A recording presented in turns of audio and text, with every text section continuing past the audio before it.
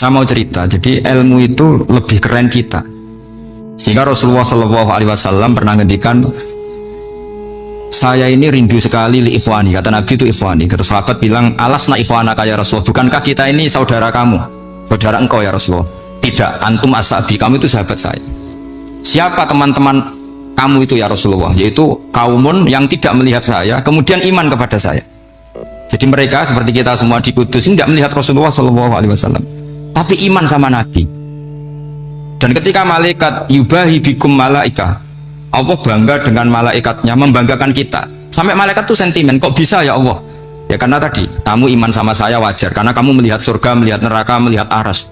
Sementara orang Kudus coba ngelihat apa? Paling simpang 5, apa simpang 7 itu. Tapi imannya nggak kalah dengan malaikat. Kenapa nggak kalah? Karena tadi kita diajarkan bahwa nisbatul isnaini wassalasah wal arba'ah ila ma la nihayatalaha itu sama-sama nisbatul far'i ilal asli. Tetap yang asli adalah angka 1. Jadi nggak mungkin aslu hadhil asya nggak dari Allah, itu nggak mungkin, tetap dari zat yang satu. Kemudian tentu ini bukan nisbatul walad ilal walid, anak ke bapak, tentu enggak, tapi nisbatul khaliq sama makhluk. Tapi apapun itu pasti satu. Sehingga Imam Amudi akhirnya masuk surga lewat jalur itu, tidak usah lewat pertanyaan man rabbuka wa man nabiyyuka. Kelasnya disuruh ngajar malaikat. Saya punya rencana jadi pengajar malaikat nanti itu kan. Jadi orang-orang Kudus yang dapat barokahnya Raden Asnawi nanti jangan mau kalau ditanya man rabbuka wa man nabiyyuka. Kelasnya itu harus apa? Jadi gurunya malaikat. Karena bapak kita Nabi Adam itu keren. Nabi Adam itu adalah orang yang disuruh Allah, dipresentasikan, dibanggakan Allah di depan para malaikat. Ketika ada malaikat yang agak hasut, tapi itu tidak malaikat papan atas, malaikat yang kebanyakan. Itu kan agak gak terima Nabi Adam jadi apa? Khalifah. Sampai malaikat ini usul ataj'alu fiha mayufsidu fiha wasfikut. Makanya kalau saya protes sama malaikat itu malaikat yang ini, bukan Jibril sama Israel. Kalau protes Israel bahaya ya. Bisa dihabisin. Saya pernah ditanya seorang kiai, Gus, ini kan gojlok malaikat kok berani? Ya karena malaikat yang jenis ini pernah gojlok Nabi siapa? Adam. Nggak percaya kalau Nabi Adam itu layak mimpin, sampai protes ataj'alu fiha mayufsidu fiha wasfikut. Tapi apa yang terjadi? Allah mengajarkan satu ilmu di Nabi Adam, kemudian disuruh meresentasikan. Qala ya Adamu ambihum bi asma'ihim. Adam, coba kamu presentasikan ilmu kamu. Wah, Nabi Adam fasih mempresentasikan ilmu. Kata Allah, kamu bisa nggak sepinter Nabi Adam? Nggak bisa ya Allah. Makanya sudah saya bilang ini alamu malah. Saya lebih tahu siapa yang layak mimpin. Jadi layak mimpin itu pertama harus kuwatul ilm. Ilmunya itu harus kuat. Nanti saya akan cerita hubungannya Raden Asnawi dengan Syekh Nawawi. Apa itu hubungan teman, apa murid guru, itu memang masih jadi polemik sampai sekarang. Kalau saya ya keyakinan saling istifadah. Ini bahasa netral, tidak murid guru tapi saling apa? Istifadah. Kata Syekh Nawawi dalam tafsir Munir itu, ilmu itu nomor 1. Sehingga beliau setiap ada ayat fa inna hizballahi humul ghalibun, beliau pasti menafsiri bil hujjah wal barohin la bis saulah. Saya masih ingat betul takbirnya, memang saya hafalkan. Tapi bukan untuk modal pidato, bukan modal sebagai wong alim. Kalau pidato gampang, pidato itu semua orang bisa. Kalau jadi orang alim itu tidak gampang. Lebih susah lagi wong alim berpidato itu. Kalau nggak pernah mbah saya tidak mau. Karena memang saya terkenal nggak suka pidato. 1 memang nggak bisa, nomor 2 tidak ingin, nomor 3 ya rugi. Karena pidato itu nasib-nasiban. Kalau nasib baik kamu tidak paham itu, wah Gus Pak ilmunya tinggi sehingga kita tidak paham itu kalau nasib baik. Kalau nasibnya ada baik, nak ngendikan bulat sama itu tepat-tepatan. Dan Syekh Nawawi itu benar, Raden Asnawi juga benar, semua guru-guru kita benar. Karena agama ini sebetulnya bukan masalah negara, tapi masalah logika yang sehat. Uni Soviet itu pernah mengkooptasi Uzbek, Ceknya, Tajikistan. Itu 100 tahun, orang dipaksa ateis. Tapi orang-orang Uzbek, saya sering ketemu lama Uzbek, kadang ketemu di Korea, kadang di Malaysia. Orang-orang Uzbek itu punya basement di bawah tanah. Kemudian di bawah tanah ini mereka ngajarkan tauhid. Ngajarkannya ya gampang. Misalnya ini sesuatu yang ada, iya ini. Ini ada penciptanya enggak? Ya ada. Siapa? Tukang katanya.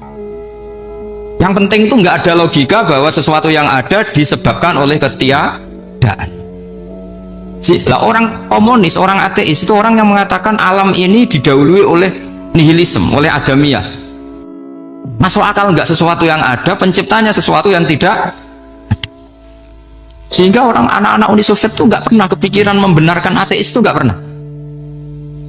Bareng Uni Soviet ada itu Glasnost Perestroika itu kemudian hancur, semuanya langsung menjadi negara Islam, termasuk Uzbek, Tajikistan, karena diajari ilmu, bahwa ilmu itu yang nggak pernah kalah oleh negara.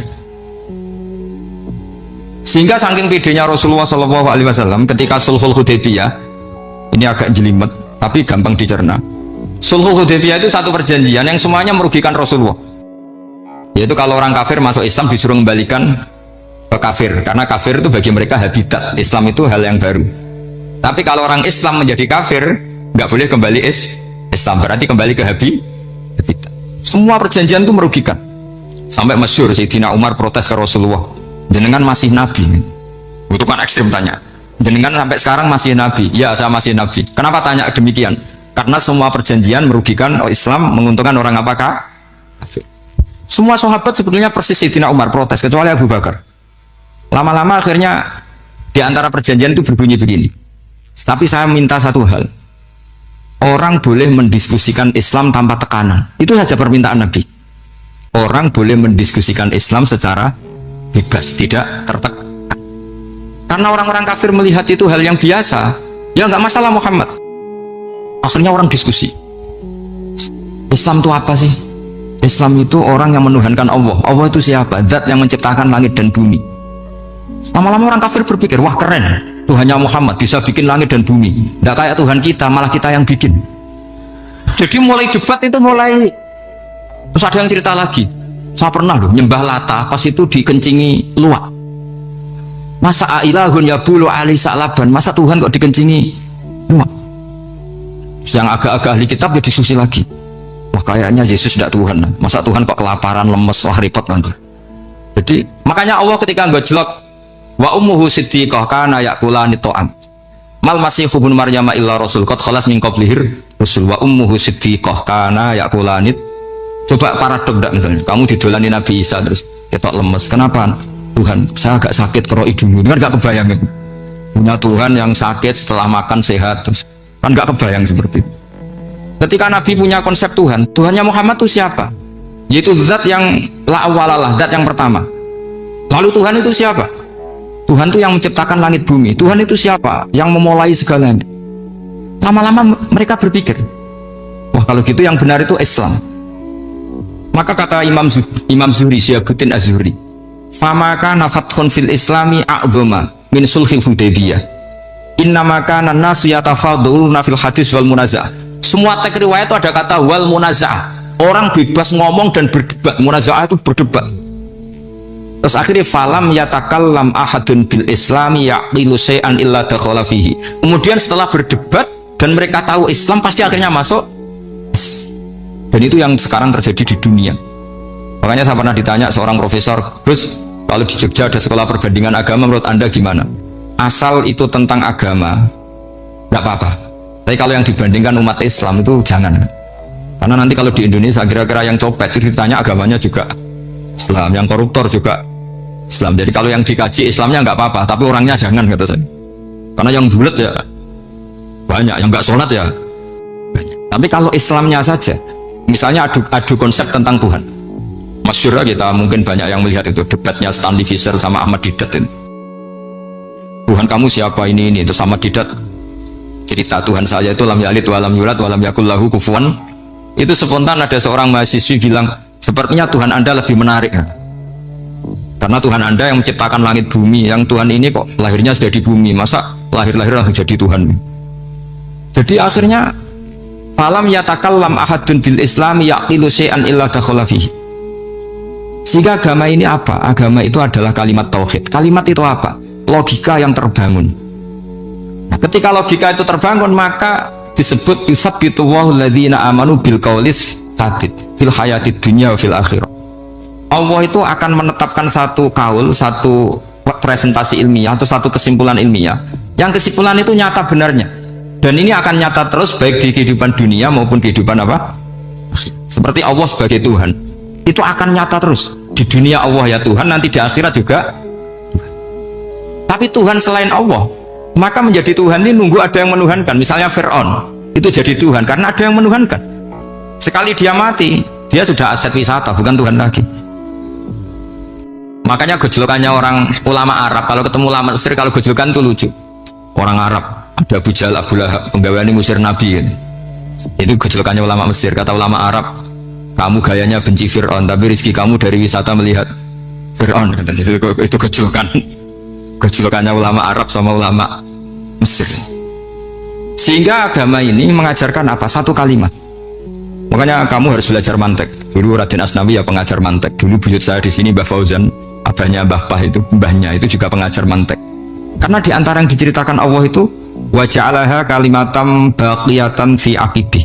Tugas utama Nabi Ibrahim adalah menjadikan satu logika. Kalimah itu logika. Itu menjadi logika yang abadi. Baqiyah itu abadi. Fi aqibih, di anak turunnya Nabi Ibrahim. Misalnya begini, saya beri contoh ya. Misalnya saya mengatakan teh ini hitam, itu menjadi kalimah karena diucapkan, tapi tidak menunjuk hakikat karena tehnya berwarna apa? Kuning. Sehingga Quran kalau menyalahkan orang kafir itu ngendikannya kaburas kalimatan takhruju min afwahihim. Omongannya orang kafir itu menjadi kalimat karena diucapkan dari mulutnya. Kenapa menjadi kalimat? Karena diucapkan tapi tidak menunjuk hakikat.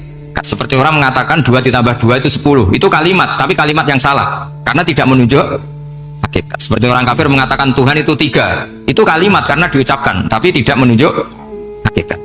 Tapi ketika seseorang mengatakan Allah itu Tuhan, Tuhan itu satu, itu disebut kalimatu haqqin 'alaiha nahya wa 'alaiha namut. Demikian tahlilane wa 'alaiha apa wa biha? Wa 'alaiha apa wa biha? Wa 'alaiha ya, ada yang tahlilan wa biha, itu enggak tahu sanadnya dari mana, pokoknya ada yang wa 'alaiha, ada yang biha. Kenapa dikatakan kalimat tauhid? Karena kalimat yang dari kesimpulan berpikir.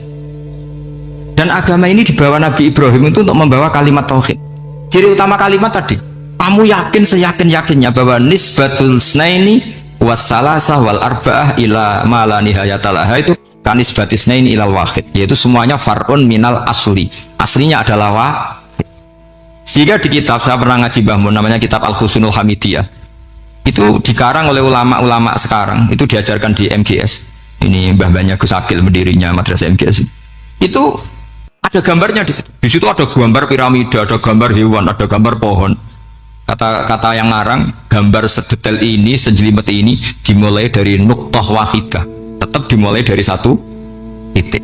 Dan ini disebut nuqtatil wujud. Jadi buat orang kudus sebanyak ini tetap dimulai dari satu orang, yaitu Adam. Adam dimulai dari ketiadaan. Lalu siapa al-mujid? Pewujudnya siapa? Hanya Allah Subhanahu wa ta'ala. Sehingga ulama-ulama termasuk Syekh Nawawi itu paling suka ngendikan semua makna Quran dikumpulkan di Fatihah, Fatihah dikumpulkan di Bismillah, Bismillah dikumpulkan di Ba, karena di Ba itu ada titik nuqtatil wujud, yaitu disingkat bi kana makana wa bi yakunu ma yakun. Karena saya, kata Allah, semuanya akan ada, dan karena saya yang enggak ada, semuanya suatu saat ada. Disebut nuqtatil wujud. Nah, kita meyakini kalau Allah satu itu seyakin-yakinnya, karena nggak mungkin angka nggak dimulai dari angka 1. Begitu juga gambar seapapun jilmete. Misalnya sampean gambar zaman saya kecil, gambar paling favorit itu apa? Kambing bertarung. Itu gambarnya kan susah. Daripada gambar kambing bertarung susah, terus bikin kotak saja, tembok. Lalu tanya gurunya, gambarnya mana? Di belakang tembok, Bu. Ini itu dulu saya diwarai anak-anak nakal.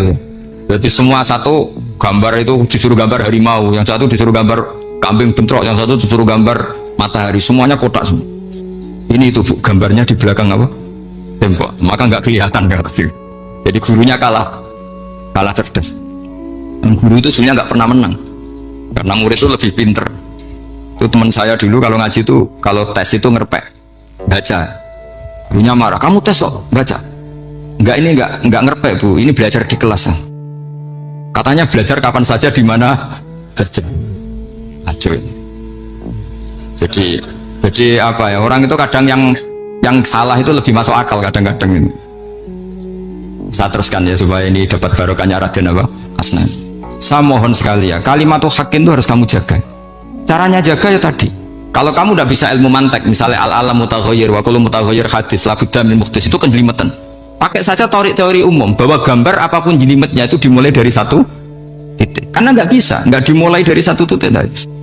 Maka alam apapun jumlahnya nggak terhingga, tetap dimulai dari al-wahidul qahar, yaitu satu titik, yaitu dalam konteks tauhid tentu itu Allah Subhanahu Sehingga Nabi Ibrahim tuh orang paling sukses bikin wajah Allah kalimatam baqiyatan fi aqibi.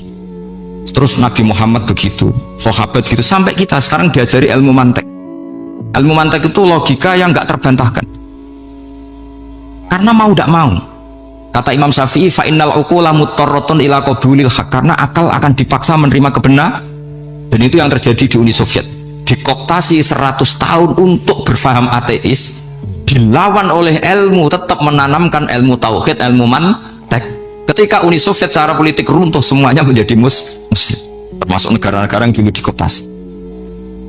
Maka kamu tidak usah kecil hati di Indonesia, mau apapun rusaknya negara ini, asal kita cara bertauhid benar, insya Allah tetap meninggal husnul khotimah. Karena sudah janjinya Allah, yusabbitu walladzina amanu bil qawli tsabit. Sing jelas itu nomor satu tuh al qawli tsabit. Memang itu logika yang masuk akal. Jadi jangan kira semua orang ditanya amar rabbuka, ndak. Banyak ulama yang nggak ditanya, masyhur itu dalam cerita keramat-keramat. Ada guru tauhid ngajarin tauhid. Setelah ditanya mungkar nakir, Imam Malik datang. Kamu nanya ini, man rabbuka man nabiyuka, kamu tahu ini guru Ummul Barohin yang tukang ngaji tauhid. Guru tauhid kok ditanya apa? Malaikatnya nggak jadi tanya. Dan saya percaya cerita-cerita seperti itu karena secara umum itu ala inna auliya Allahi la khaufun alaihim wa lahum yahzanun lahumul busyra fil hayatid dunya wa fil akhir. Artinya kalau wali itu kok ditanya mungkar nakir berarti ngalami ketakutan. Karena di situ kan digambarkan mungkar nakir itu sewangar, bawa godam. Kalau yang tanya nggak bisa dipukul sampai ajur sawalam-walam. Pokoknya ceritanya kan seru seperti. Berarti kalau betul begitu terus ayat la khaufun alaihim wa lahum yahzanun kayak apa?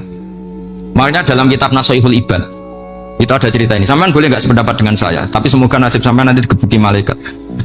Karena orang itu akan mengalami seperti yang dirasakan. Anak indagoni adibi, saya tidak bayangkan akan mengalami itu. Makanya saya ini ngajar tauhid terus. Paling tidak kalau ditanya marabbuka mana buka, sampean tahu profesi saya ini pengajar tauhid. Dan biji saya 9. Dulu saya di MGS, kalau ada teman bijinya tauhid kok 4 sekali swarga, tauhidnya jeblok. Jadi kalau bijinya 4 sekali swarga, tauhidnya apa? Jeblok. Tapi yang bijinya 9, yang di swarga, tauhidnya itu saya dulu bijinya 9. Terus 9 terus sampai tamat. Karena nggak ada biji 10. Karena kalau 10 itu kan terlalu sempurna, nggak baik lah manusia kok sempurna gitu. Jadi udah 9 aja kan. Tapi sebetulnya pantasnya ya dapat 10. Mergo sakake, mergo tenan nggak tahu saya. Di Nashihul Ibad itu ada cerita gini dan saya percaya itu. Di sarahnya itu. Juga di sarah apa itu yang di sarah Syekh Nawawi itu. Pokoknya saya kalau ingat Raden Asnawi pasti ingat Syekh Nawawi. Saya tidak memastikan apa murid guru apa saling istifadah, yang jelas itu teman dekat, teman fil ilm. Sayyidina Ali itu pernah minta kasaf sama Allah. Saya percaya tidak semua orang alami marabbuka ditanya itu. Ya Allah, saya minta kasaf. Kasaf itu ngerti alam gaib. Ingin tahu Umar. Jadi diam-diam Sayyidina Ali itu ya mangkal sama Sayyidina. Wong kok kerasingon. Agar wong kok tahu disentak. Jajal wani nyentak malaikat Torah itu kata Sayyidina. Jadi dia minta kasaf karena kenangannya dia melihat Umar itu semua orang pernah disentak sama Sayyidina Umar itu. Sayyidina Ali minta kasaf. Ya Allah, saya ingin melihat Umar menghadapi mungkar nakir. Masih garangkah apa enggak? Itu udah itu tidak. Minta kasaf. Pas kasaf beliau bangun dari kubur, duduk. Dilihat sama Sayyidina Ali ini ngalami kasaf. Sama ndak usah tanya. Enggak wali kok tanya. Ya sudah pokoknya percaya aja. Akhirnya malaikat mungkar nakir datang. Itu di situ digambarkan matanya itu kalkidril mughalla, kayak apa itu panci yang dibakar. Wah, soal seru. Sumpah Sayyidina Ali, hari ini kamu akan takut gitu. Tapi ternyata enggak, Umar bangkit disentak orang dua itu. Kamu tahu menghadapi siapa? Yang sopan. Sontak. Kaget malaikatnya itu karena enggak pernah ngalami disentak, mungkin itu pertama. Kaget. Memangnya kamu siapa? Saya ini teman kekasih Tuhanmu. Saya yang diandalkan temannya sebenarnya bukan dia. Ana sohibu habibillah. Saya ini temannya kekasihnya Allah. Jadi dia mengandalkan temannya sebetulnya, bukan mengandalkan dirinya. Oh, kamu temannya Nabi Muhammad? Iya, saya Umar, temannya Nabi Muhammad. Kamu harus hormat sama temannya kekasih Allah. Terus semua itu. Akhirnya matur Allah, ya Allah, apakah prosedur seperti ini bisa dinego? Sama Allah, oh iya katanya. Kamu kalau menghadapi kekasih saya jangan seperti itu katanya. Semenjak itu beliau sopan santun, dua mungkar nakir itu. Jadi ini berita gembira. Jadi sebetulnya itu enggak. Tapi kita ini kan nggak punya nyali nyentak mungkar nakir. Semoga dengan gelar kita doktor tafsir, doktor tauhid gitu, atau paling enggak guru kudsiyah tauhid gitu, atau siswa terbaik dalam materi tauhid, itu harus kamu bawa status. Jadi jika nanti ini saya ranking 1 tauhid, masa masih ditanya marbuka waman nabi. Dan itu menurut saya sah. Sama nggak usah protes takbirin tiga, susah usah takbiran. Pokoknya takbirnya adalah wali-wali itu la khaufun alaihim walahum. Yes, mereka tidak akan mengalami ketakutan baik kehidupan dunia maupun kehidupan akhir. Bahkan para malaikat itu mengatakan ke wali-wali, nahnu awliyaukum fil hayatid dunya wa fil akhir. Kita ini teman kamu, saudara kamu, mitra kamu. Masa mitra kok nurui, itu kan nggak fair. Dan menurut saya paling efektif itu apa? Kamu harus punya rumus tauhid kayak Imam Amudi menemukan Tuhan. Imam Amudi itu menemukan Allah itu lewat ilmu matematika. Dan itu Allah saking senengnya disuruh ngajari para malaikat. Wa ya malaikati isma'u, kamu harus mendengar, ini orang alim saya yang ahli matematika, tapi justru itu ngerti bahwa asal usul alam itu minal wahidil qahar, dari zat yang satu. Akhirnya Imam Amudi mulai ngajar tuh nisbatusna ini wassalah sawal arba'a ila mana nihayatalaha iku kabeh iku far'ul wa. Akhirnya malaikat mantuk-mantuk. Nah, iman seperti itu akan setingkat keyakinannya dan keakurasiannya sama dengan imannya para malaikat. Makanya Nabi ngendikan tubaliman amanabi walam yaroni. Sebagian riwayat disebut sab amarat. Nabi ngendikan sampai 7 kali. Benar-benar keren orang yang tidak melihat saya kemudian iman kepada apa yang bisa menemukan itu. Hanya A. Misalnya contoh paling gampang ya yang dialami para ulama. Ya saya ulang lagi, yang dialami para ulama ketika menemukan ilmu ya yang menjadikan mereka mahabbah Rasulullah Shallallahu Alaihi Wasallam. Nabi itu paling suka itu sholat. Nabi itu paling senang sama sholat. Wa qurratu aini fi sholat. Terus beliau ngendikan as-sholatu imaduddin. Terus beliau kalau muji sholat itu sundul langit. Sampai beliau kalau banyak masalah itu bilang ke Bilal, arifna ya Bilal, saya kasih istirahat. Itu maknanya mau sholat. Semuanya sholat. Pertanyaannya adalah, apakah mungkin seorang raja yang ambisi jadi raja kemudian yang dikampanyakan adalah orang supaya sholat? Tentu kalau Nabi seorang raja, beliau akan kampanye gimana? Narik upeti kayak apa, narik pajak kayak apa biar Nabi kaya? Enggak. Nabi itu paling tersiksa kalau orang tidak sholat, tersiksa kalau orang tidak sujud. Loh, kalau beliau seorang raja ngapain mempopulerkan sholat? Maka makna sholat imaduddin adalah sholat itu tiang agama. Maknanya tiang agama, kamu akan tahu betul kalau dia seorang Nabi. Karena apa? Yang diajarkan adalah sholat. Coba untungnya apa bagi Nabi Muhammad ketika umat Islam sholat? Kan tidak ada untungnya sama sekali. Ya clear ya. Jadi nah, terus sekarang masalah nasab mansukh ini kan clear tentang mukaddimah apa ilmu apa tafsir. Nah, nasab mansukh itu kelihatan datar tapi itu urgen sekali karena agama sebagai aturan ya atau solusi mau tidak mau kan bersentuhan dengan hukum sosial yang tidak akidah. Saya tadi sudah matur Pak Arsoyo, agama yang tidak akidah itu kan bersentuhan dengan hukum sosial. Kalau yang akidah jelas Allah itu satu, la ilaha illallah wahdahu la syarikalah. Kalau sosial, saking bersentuhan dengan sosialnya itu Pak Fathul Wahid, Imam Syafi'i itu punya istilah begini Pak Arsoyo.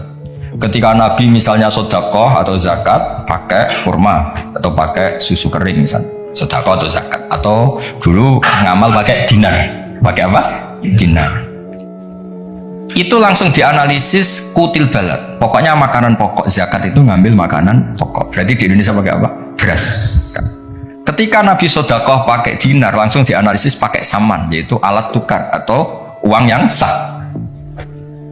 Jadi kamu udah usah memaksakan mentang-mentang anut sunat Rasul, terus kamu makan kurma, terus bisa mencret. Terus mentang-mentang sunat Rasul, saya tidak pernah sodakoh, karena sekarang nggak ada dinar. Nabi kan sodakohnya pakai dinar, medit ya alasan. Kalau mau kikir saja, tidak usah punya alasan. Lama-lama Pak Arso gak jadi wakaf tanah, karena Nabi gak pernah wakaf tanah di Sleman, wakafnya di Mekah. Oh ini kan tanahnya di Sleman. Lama-lama ada orang gak sholat, Nabi sholatnya kan di Mekah, kita kan di Indonesia. Bisa rusak semua kalau ya pakai mersiskan sunnah Rasul. Itu ada analisis. Nah, itu juga yang menjadikan kenapa harus ada ulama usul fikih, orang yang bisa menganalisis. Apa bisa? Misalnya begini, saya beri contoh di bab haji. Nabi itu domisili di Medina, karena di Medina itu melewati Dal Khulaifah yang sekarang disebut Bir Ali. Maka mikotnya Nabi ya dari Bir Ali. Tapi kalau orang Yaman ya dari Yalamlam. Atau orang Indonesia rata-rata terbang lewat alam. Mungkin orang tertentu di kawasan Girona ya Girona. Ada yang dari Tanim, ada yang dari Juhfa. Jangan mentang-mentang kamu orang Indonesia ikut sunnah Rasul terus memaksakan dari Indonesia di atas alam mohon niat apa? Ihram. Enggak, saya nanti aja dari Berali. Nabi kan dari lama-lama nggak ada orang berani nempat di Sleman. Nabi kan hidupnya di Medina kok Sleman. Hadisnya mana? Nanti panjang. Analisis itu penting supaya orang itu proporsional. Apa orang itu? Itu juga bagian dari ulumul Quran. Ulumul Quran. Sehingga kalau kamu nuruti persis, misalnya begini, saya pernah ditanya, ini saya Pak Arsoyo, Pak Fatul Wahid, kalau naik Innova atau naik mobil kan mesti dungo soleh lah, jadi tak alani mesti untuk soleh, nang kowe lali numpak terus untuk gratis mangkat kabeh. Kalau yang soleh-soleh gini itu kan kalau naik ya subhanalladzi sakhkhara lana hadza wa ma kunna lahu muqrinin wa inna ila rabbina munqalibun. Itu jelas di Quran tuh wal khaila wal bighala wal hamir wal khaila wal bighala wal hamir. Jelas yang dicontohkan di situ ya kendaraan itu ya unta, himar, kuda. Dan karena yang dikendarai itu hewan, dulu Allah bayangkan juga litas tahu ala duhuri, kamu naik di punggung hewan itu, sumatas kuru ni'mata rabbikum idas tawaitum alaihi wa taqulu subhanalladzi sakhkhara lana hadza. Terus kamu sekarang naik pesawat, naik Innova, ini kan tidak kuda, ini kan tidak unta, jadi nggak usah doa itu, karena doa itu untuk apa? Naik kuda atau unta. Ya kacau semua kalau gitu. Makanya dibutuhkan ilmu namanya usul fikih. Usul fikih itu kira-kira analisis. Yang dilakukan Nabi itu jenis ubudiyah makhdo sehingga nggak bisa dinego, atau jenis produk sosial, atau jenis. Nah, kalau produk sosial ya tadi sudah musyawarah sama Pak Arsa tadi ya kontekstual atau apa kondisional namanya produk apa. Nanti lama-lama gini pakai mic jangan, Nabi dulu nggak pernah pakai. Bid'ah itu ya, panjang nanti ceritanya panjang. Ya jadi seperti sekarang kembali ke nasab mansukh. Kenapa saya terangkan ini dulu? Karena begini, ada ayat yang berlawanan 180 derajat sekalipun, kalau masih bisa dianalisis karena produk sosial, itu kategorinya tidak nasab mansukh. Kecuali sudah nggak bisa dianalisis pakai analisis tadi. Misalnya begini Pak Arsoyo, ada ayat itu qatiluhum, kalau ketemu musuh itu beranikan kamu berani perang, duel. Tapi ada ayat fa'fu anhum wasfah, abaikan saja, maafkan saja. Dan sama-sama pernah terjadi. Nabi, sahabat dulu dipakai bal-balan Abu Jahal di Mekah, nggak melakukan perlawanan. Tapi setelah periode Madinah melakukan apa? Perlawanan. Kata banyak ulama, seperti itu golek dong bab nasab mansukh ini. Seperti itu produk analisis. Ketika Nabi lemah dan jumlahnya baru 6, baru 10, kan nggak mungkin ada perintah boleh perang atau harus perang, karena ini nggak realistis, apa? Nggak realistis. Sehingga ayat-ayat Makkiyah rata-rata ya produknya fa'fu anhum wasfa, maafkan saja, ya. Paham ya? Tapi ketika di Medina udah punya orang gagah berani, sahabat-sahabat Ansor jumlahnya besar, komunitas besar, terus di bal-balan menengahnya kan ya lucu, lucu. Itu kan ada konteksnya, Pak. Ada konteks. Kalau seperti itu maka nggak perlu dianggap ayat fa'fu anhum wasfah dinasah pakai ayat perang. Ya sama lah seperti pertama orang Indonesia didatangi Belanda nggak tahu apa-apa, zaman agresi, zaman dulu agresi. Bisa apa? Terus banyak yang terpelajar, banyak ada yang bisa jadi pilot, tentara sudah terbentuk, kiai-kiai komunitasnya besar ya melakukan apa? Perlawanan. Tapi nggak perlu kamu katakan perlawanan itu satu hal yang harus karena ini Belanda penjajah. Daerah sekarang peradaban begini, kan yang ada kerjasama kan. Tapi dulu karena mereka datangnya musuhi, ya kan itu kan urusan kondisi, Pak. Ya kondisional, nggak bisa disamaratakan, ya. Nah, saya baca ya masalah nasab mansukh. Nasab mansukh itu komentarnya harus persis seperti saya ini, itu baru benar. Kalau enggak rapati benar. Ayat yang berlawanan tadi, jika konteksnya itu bisa dianalisis kondisional, maka masalahnya bukan nasab. Nasab mansukh itu ralat hukum. Nah, kalau yang enggak kondisional kayak tadi, Nabi pernah menghadap Baitul Maqdis terus dipindah ke Ka'bah, sampai sekarang ya harus Ka'bah. Dulu iddah ketika orang ditinggal mati suaminya pernah iddah itu 1 tahun. Wasiyatan li azwajihim mata'an ilal hauli ghaira ikhraj. Berarti pernah iddah berapa? Setelah itu dinasah ya tarabbasna bi anfusihinna arba'ata asyhurin wa asyra. Jadi 4 bulan 10 hari. Nah, itu nasab mansukh karena nggak bisa dianalisis secara apa? Sosial. Ini kalau baca ya, yang bisa dianalisis secara sosial. Asalisu ma umira bihi li sababin summa yazulu sababu kal amri khina dhfi atau khina dhufi wal qillati bisabri wasafhi summa nusikha bi ijabil kital wa hadza fil haqiqati laisa naskhon.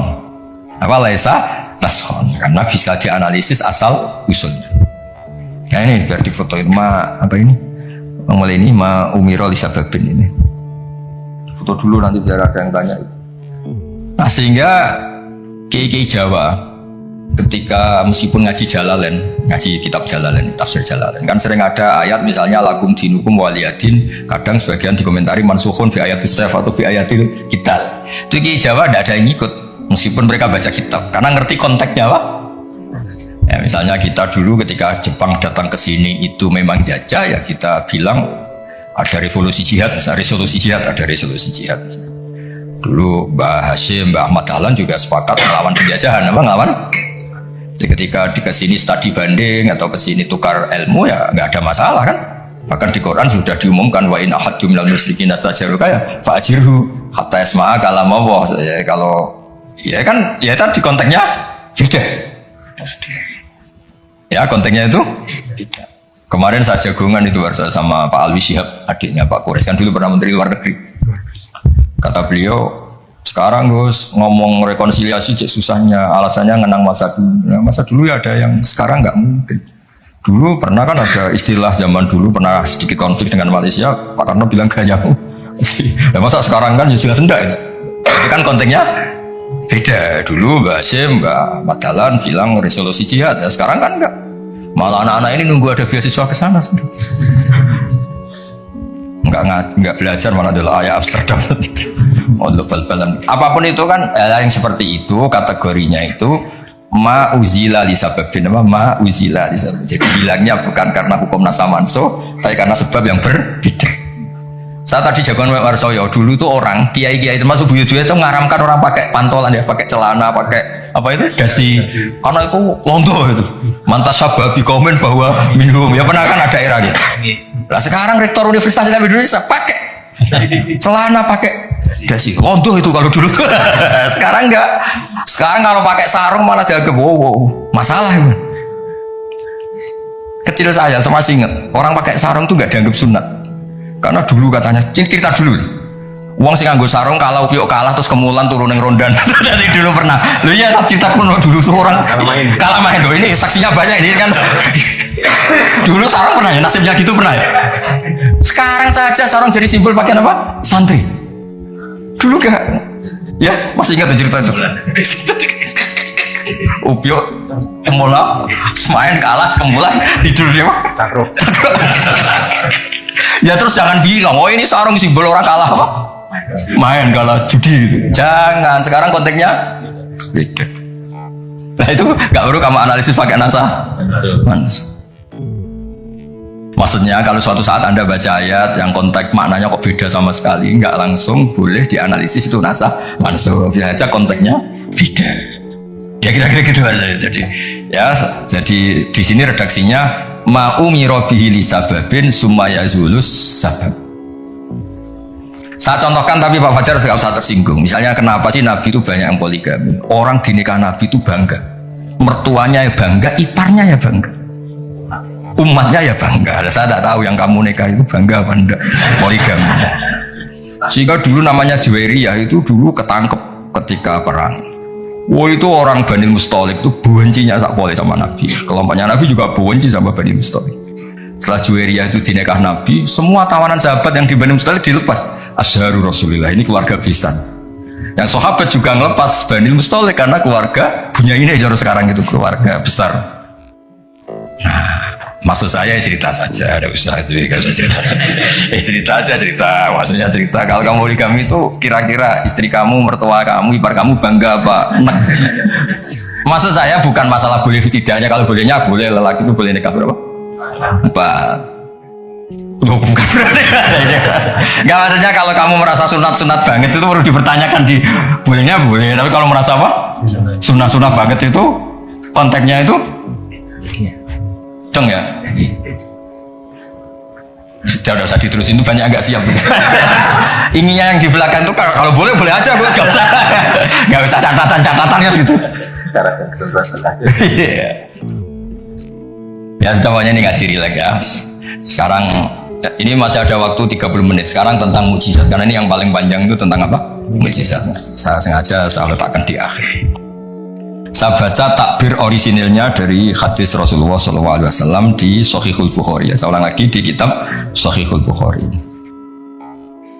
Nah, di kitab Shahihul Bukhari nomor hadisnya itu 4981. Kamu sudah hafal berapa? Ya, nomor hadis berapa? 4981. Di antara kebanggaan Rasulullah SAW itu beliau ngendikan tidak ada nabi kecuali dikasih ayat atau mukjizat yang spektakuler. Kayak Nabi Musa kan bisa kayak simsalabim mukul belah laut terus kering.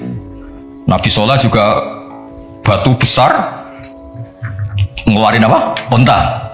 Ngeluarin onta, keren. Onta kok keluar dari batu besar. Ajaib lah. Nabi-nabi dulu itu ajaib. Tapi yang agak-agak kalau boleh dibahasakan agak-agak gak rasional itu satu Pak Rasul. Saya punya kitab namanya Al-Husunul Hamidiyah, itu pinternya bukan main yang ngarang. Saya gak pernah jadi rektor Pak, tenang saja, juga tetap keren jenengan karena pernah jadi rektor. Itu mau pinter toh gak jadi rektor. Dia bilang gini, mukjizat itu dari kata ajaza yu'jizu i'jazan, ya kan? Ajaza yu'jizu i'jazan, sesuatu yang bikin musuh itu gak berdaya. Berarti fahuwa mu'jizun, fahuwa mu'jizun, berhubung wakilnya perempuan karena ayat itu kan mu'annas, akhirnya mu'jizatun. Ini masih punya sisa-sisa, dulu kasih lama ini di Kudus, nggak tahu jadi begini, dulu lama ngaji di sini. Ya berarti mukjizat apa? Sesuatu yang bikin musuh itu nggak berdaya. Nah sekarang kata kitab yang saya baca tadi, ketika tidak mampu, ya Fir'aun dan kawan-kawan mampu nggak punya tongkat untuk membelah laut? Nggak mampu kan? Umatnya Nabi Soleh mampu nggak ngeluarin unta dari batu besar? Nggak mampu. Nah kalau sekedar nggak mampu, siapapun nggak mampu bikin burung, juga nggak bisa bikin lautan. Kenapa nggak bisa bikin lautan, nggak dianggap mukjizat? Ketika Allah bikin laut ya mukjizat, bikin burung ya. Mereka nggak bisa loh bikin orang kayak mau kamu gini kan nggak bisa. Nah umatnya Nabi Pak Arso itu dilatih. Yang namanya mukjizat tuh ayat apa saja. Terciptanya langit dan bumi, gunung, Semeru sampai gunung Jogja, apa itu? Merapi. Semuanya tuh mukjizat karena itu ayat Allah yang orang nggak akan bisa bikin. Sebab itu mukjizatul Rasulillah itu dianggap paling rasional karena nggak usah nunggu yang dasar-dasar yang. Jadi cara Nabi Muhammad kalau ketemu Nabi Musa gejolokannya kira-kira gini, Musa mukjizat yang ngenteni orang ngono bareng. Memangnya orang bisa bikin ayam, bikin pitik, bisa bikin nyamuk. Kan sama-sama berstatus mukjiz, sesuatu yang orang lain nggak bisa, makhluk nggak bisa. Lah umatnya Nabi itu nggak dilatih yang gitu-gitu, dilatih inna fi khalqis samawati wal ardi wakhtilafil laili wa nasabir wal fulki sampai kabeh la ayatil liqaumi yaqilun. Kalau kamu punya akal tuh semua sudah mukjizat. Ngapain sih mukjizat kok nunggu gitu-gitu gitu. Clear ya? Jadi makna mukjizatnya tidak kena. Untuk umatnya Nabi Musa itu tidak kena. Untuk ngakui lemah saja kok nunggu pertunjukan. Bikin rambut aja kan ya ada. Bisa untuk ngakui Allah dijaya saja kok nunggu pertunjukan. Harusnya keseharian kita juga sudah ada pertunjukan Allah yang menunjukkan kita ini tidak siapa. Makanya di kita disebut wa ma min dabatin fil ardi wala ta'iri yatiru bi janahihi illa umamun amsalukum. Inna fi khalqis samawati wal ardi satrusel ayatil liqaumi yaqilun. Enggak usah wa min ayatihil laili wan nahari wasyamsu wal qamar. Semuanya itu sudah mukjizat, enggak usah nunggu. Nah, ini saya baca ya. Saya ngaji ini kondang, Mas. Saya baru ini ngaji seterhormat ini, didampingi rektor sama sekretaris pembina badan wakaf. Kayaknya nanti kalau mau akhir ketemu saya, wah ini kayak hebat. Kenapa ngaji aja ditunggu rektor terus? Jadi rektor. Tapi tadi pas beliau nunggu saya, Pak Arjo makom saya sudah yang kelima tadi. Tidak boleh hadir selain Allah. Jadi ya sudah. Akhirnya saya bilang ini Allah sendiri yang mendatangkan, ini Allah sendiri. Sudah agak penting semua. Kalau pakai makom kelima saya terima kasih karena menolak kehadiran selain Allah tadi. Makomnya sudah kulillah, sumadarhum fi khawdihim. Kalau kamu masih butuh Pak Rektor, namun sampai diangkat jadi dosen. Pak Fajar juga butuh, dulu dosen nggak tetap, gara-gara kroninan terus jadi dosen tetap. Nggak apa-apa, ini cerita guyon aja, tapi agak bener. Loh, kamu masih butuh kan? Kamu butuh kenal Rektor butuh nggak? Oh butuh sekali kan. Badan wakaf butuh sekali, nggak ngucur dananya bisa ditarik. Tadi Jogja sini bisa ditarik. Kalau makom saya tadi yang kelima tadi menolak hadirnya selain Allah, itu makom musyahadah. Tapi saya tidak usah tetap syariat, matur nuwun. Saya baca ya. Kata Nabi, sabda Nabi, ma minal anbiya'i nabiyyun illa u'tiya minal ayat ma misluhu amana alil bashar. Ini di hadis Bukhari. Ikutnya juz 4. Wa inna ma kana alladhi utitu wahyan awhahu wa ilayya fa arju an akuna aktsarahum tabi'an yaumal qiyamah. Semua nabi itu punya mukjizat yang dahsyat. Tapi itu tidak ada apa-apanya dengan mukjizat saya. Mukjizat saya itu Quran, dan saya berharap dari mukjizat yang rasional ini kemudian pengikut saya yang terbesar. Nah itu komentator sarahnya ini Fathul Bari dikarang oleh Ibnu Hajar Al Asqalani. Pengarangnya itu kelahiran Gaza. Gaza itu kelahiran Gaza. Ya jadi Bukhari itu kitab Sahih Bukhari itu pengarang sarah paling terkenal itu Fathul Bari. Pernah dengar toh? Dengar toh ya? Nah, ya itu tak bacakan. Komentarnya bagus di sini. Saking bagusnya nanti di itu aja ya di foto. Komentarnya begini. Kenapa begitu ya? Kira-kira gitu. Pertanyaannya kenapa begitu? Ini rasional sekali cara analisisnya. Annal mukjizat al-madiyata kanat khisiyatan tusyahadu bil absor karena qati soleh wa asa Musa wa mukjizatul Qur'ani tusyahadu bil basira fayakunu mayyatabi'u li ajliha aksar li anna alladhi yushahadu bi ainir ra'si yang qaridu bin qiradi musyahidihi walladhi yushahadu bi ainil aqli baqin yushahidu kullu man ja'a badal awal mustamirran. Foto dulu mau tak terang. Iki sing khisiah boleh khisiah.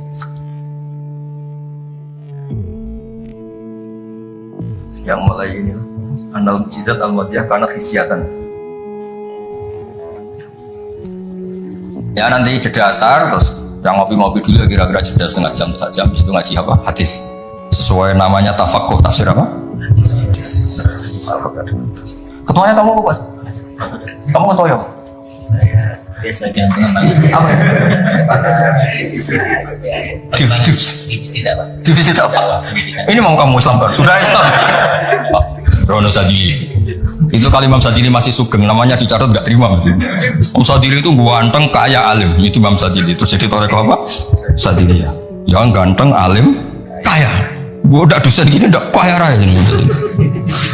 Gak punya atasan. Ini atasannya banyak. Sama Pak Nanang aja kalah. Kan Nanang kalah sama Pak Fatwa Akhir, Allah kalah sama badan wakaf ribet dunia. Yang benar saya itu langsung kulilah. Udah mentah kan saya. Udah khatam gitu. Begini logikanya. Misalnya gini. Nabi Musa itu Nabi top punya mukjizat tongkat. Tongkatnya satu lagi. Misalnya dipakai Pak Fatul Wahid tidak bisa tak pakai saya. Dipakai ini tidak bisa dipakai itu. Karena hanya satu. Itu pun nggak ada jaminan kalau yang pakai kamu itu mandi. Tongkatnya bisa balik loh. Oh, dulu yang pakai Nabi ini kamu apa ini? Ya kan? Tapi kalau mukjizat Quran, logika yang dibangun itu terus menerus. Misalnya begini, saya contohkan pekerjaan dan saya ini dengerin betul. Allah itu ketika ngeritik sesuatu yang tidak nyata disebut batil. Batil itu beda dengan maksiat. Maksiat itu perilaku sosial yang salah. Tapi kalau batil itu sesuatu yang nggak nyata, apa? Misalnya gini, orang nyembah makhluk, nyembah Namrud atau Fir'aun. Mentuhankan Fir'aun itu sesuatu yang nggak nyata. Yang benar Fir'aun itu manusia bisa mati dan nyatanya mati. Berhala Lata Uzza itu patung. Patung itu Tuhan apa batu? Batu. Quran bilang gini, Qul ja'al haqqu wa ma yubdi'ul batilu wa ma yu'id. Hak itu nyata dan batil itu tidak pernah memulai dirinya. Yubdi'u itu memulai dari kata bada'a. Bada'a ya bada'u ikut wazan af'ala jadi abda'a yubdi'u. Kebatilan itu tidak bisa memulai dirinya sendiri. Pernah nggak 1 tambah 1 8? Nggak pernah kan?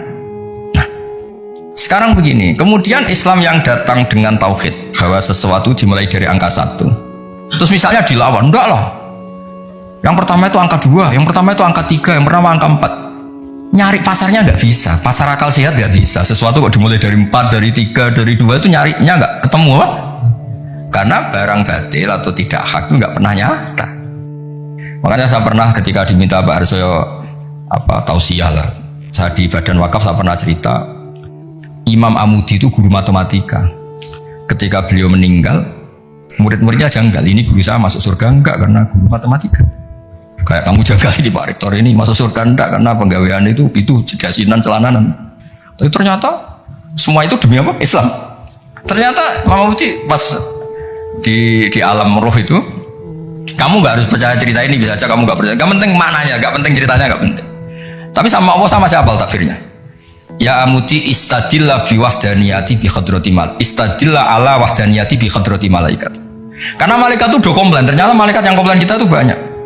Malaikat ini ada di beberapa hadis. Ya Allah, apa ada orang yang imannya itu ngalahkan kita? Jawabnya Allah, ada manusia. Allah udah bilang Ustadz, manusia mukmin ya, kamu termasuk. Kok bisa ya? Malaikat selalu tanya, kok bisa? Kalau kita iman kan langsung melihat surga, neraka, aras. Jadi kalau kartu iman kita pasti lebih valid karena menyaksikan langsung. Nah, manusia kan enggak. Di dunia kan macam-macam, ada dangdutan, ada macam-macam. Tapi ternyata imannya enggak tergoyahkan. Ternyata apa? Logika yang dibawain Imam Amudi itu, coba kamu terangkan kenapa manusia yang di dunia seiman itu kalau saya ini satu. Jadi Imam Amudi gampang, beliau nulis. Angka setelah 2, 3 sampai 1 miliar 1 triliun, nisbatu dzalika ilal wahid nisbatul far'i ilal asli. Angka itu mau 2, 1 miliar 1 triliun dibandingkan angka 1 semuanya tetap cabang. Yang pokok itu 1. Keyakinan itu kan gak terbantahkan oleh Anda dan gak bisa digoyang kan? Mbok kon urip melarat baulet tetap nak tauhid itu harga mati. Ya enggak? Akhirnya malaikat manduk-manduk. Cara Jawa mandik man imannya manusia agak tergoyahkan karena logikanya pakem bahwa angka 2, 3 ila mala nihayatallah sampai tidak terbatas, nisbatu dzalika ilal wahid nisbatul far'i ilal asli. Oh, dan setelah itu Imam Amudi gambar Pak. Gambar sekarang aja bisa gambar gedung, gambar rumah, gambar mobil. Gambar apapun juga dimulai dari minuk toh wahidah, dari satu titik. Gambar itu baik, besar, elek, apik, tetap dimulai dari satu titik. Nah, makanya Quran dimulai dari Bismillah sebagai isyarat, semuanya dimulai dari nuqtatil wujud, yaitu Allah Subhanahu wa Ta'ala. Nah, mukjizat ini yang dimiliki umat Rasulullah sallallahu alaihi wasallam. Misalnya kita bela Nabi itu poligami atau orang-orang soleh poligami, belanya gampang karena pakai rasional. Ngerumat orang satu apa? Ngerumat perempuan satu hukumnya apa? Baik kan? Ngerumat yang baik loh, maksudnya bukan ngerumat dok. Ngerumat perempuan satu yang baik hukumnya apa? Baik. Kalau 2 lebih baik, logika loh, udah usah dipraktekkan. Ini kan cerita orang baik, bukan cerita kamu, bukan. Orang baik ngerumat perempuan satu baik. Jadi apa? Baik. Ngerumat 2. Nah, sekarang tinggal waliannya. Kamu satu saja kamu melantarkan orang satu. Dosa, orang 2 lebih dosa. Ini kan, jadi meskipun Anda tidak berani poligami, membela bahwa kenapa sih nabi-nabi dulu poligami, gampang logik ya gitu. Tapi tidak harus kamu praktekkan. Kamu gak orang baik gitu maksud saya. Tapi untuk membela secara rasional itu gampang. Ya, orang baik ngerawat orang satu, baik ngerawat orang 2. Dah ya. Sekarang yang kamu menerantarkan orang satu, dosa, 2 lebih dosa. Jelas ya. Jadi makanya agama ini dibela sama Allah dengan status liqaumi yaqilun, liqaumi yatafakkarun. Enggak usah pertunjukan kayak misalnya tadi ininya, agama ini tidak perlu pertunjukan Nabi Muhammad terus ngomong. Kalau gitu kasihan kiai-kiai yang sekarang. Misalnya, saya percaya kalau kamu ketua DPI asal bisa terbang ke Mekah. Ya repot kan. Saya percaya kamu rektor Universitas Islam asal bisa Gunung Semeru kamu pindah, Merapi kamu taklukkan. Wah ya repot kalau ukurannya gitu-gitu terus ya. Cukup ukurannya pakai hukum sosial. Hukum sosial lebih alladzina yunfiquna fis sarra wa dharra. Ketika kita longgar ya mudah sedekah, ketika susah pun mudah sedekah. Rumus yang kedua Pak, termasuk wal kadhiminal ghaidha. Coba sistem sosial itu yang menyelamatkan tuh satu, wal kadhiminal ghaidha. Kalau emosi itu dikendalikan. Coba andaikan Pak Waktu Wahid ketika jadi dosen, kalau emosi nabrak mabuk mahasiswa, kalau emosi nendang mahasiswa, enggak akan jadi rektor, di penjara. Berarti yang menyelamatkan karirnya apa? Wal kadhiminal ghaidha. Sebagian hadis menerangkan apa? La taghdab faradadamiran faqala. Lah, Pak Arso juga sama, dia kan beliau dulu ketika sekedar dosen dan nampari mahasiswa, enggak akan pernah jadi rektor, udah di penjara. Saya jadi kiai meskipun kata orang banyak salim terus nuabo ikon langsung gagal jadi kiai. Artinya apa rumus sosial Quran dimulai yang penting kumpul sosial itu dermawan yunfikuna fis-sarra wa dharra. Terus hukum sosial lagi wal kadhiminal wa itu kalau kecewa itu mudah memaafkan, bisa nyimpen wal afina